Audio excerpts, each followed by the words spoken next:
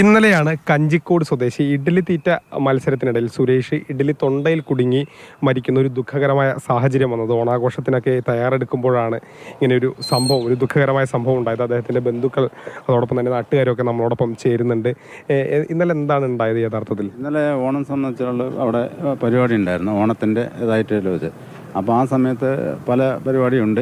അപ്പോൾ അതിൽ ഇഡ്ഡലി മത്സരം ഉണ്ടായിരുന്നു. അപ്പോൾ ഇഡ്ഡലി ആ 3 ഇഡ്ഡലി വെച്ചുള്ളൂ. അപ്പോൾ എല്ലാം ഒരു 3-4 പേര് അവിടെ ഉണ്ടായിരുന്നു.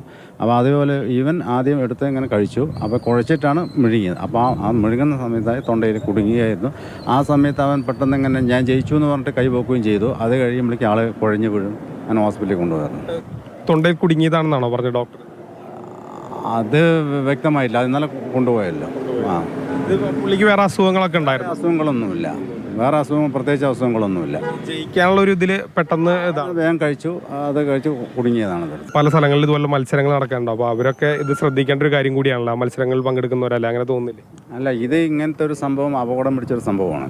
ഇത് പരമാവധി ഒഴിവാക്കുന്നതാണ് ഏറ്റവും നല്ലത്. എന്തായാലും ശ്രദ്ധിക്കണം. എന്താ പറയുക, ഇങ്ങനെയുള്ള മത്സരങ്ങൾ വരുമ്പോൾ അപകടങ്ങൾ സംഭവിക്കുന്നത് നമുക്ക് യാദൃച്ഛികമായിട്ടാണ്. ഈ ഏരിയയിൽ ആദ്യമായിട്ടാണ് ഇങ്ങനെ ഒരു സംഭവം ഉണ്ടായിട്ടുള്ളത്. ഇനിയെങ്കിലും ഈ ഇത്തരത്തിലുള്ള മത്സരത്തിൽ പങ്കെടുക്കുന്നവർ ശ്രദ്ധിക്കുക. കാരണം ഇന്ന് ഓണ ദിവസമാണ്, പല സ്ഥലങ്ങളിലും പലതരത്തിലുള്ള മത്സരങ്ങൾ നടക്കുന്നുണ്ട്. വിജയിക്കുക എന്നുള്ളതിൻ്റെ ഒരു ആവേശത്തിൽ ഇങ്ങനെ വളരെ പെട്ടെന്ന് ജയിക്കുന്നതിന് വേണ്ടി ഇങ്ങനെ കഴിക്കുമ്പോൾ, ഭക്ഷണമൊക്കെ കഴിക്കുമ്പോൾ അത് വളരെ ശ്രദ്ധിച്ച് മാത്രം ചെയ്യുക. ഇത്തരത്തിലുള്ള അപകടങ്ങൾ ഇതിൽ ഒളിഞ്ഞിരിക്കുന്നുണ്ട്. ബിനു തോമസിനൊപ്പം ഗോകുൽ VS, മാതൃഭൂമി ന്യൂസ്, പാലക്കാട്.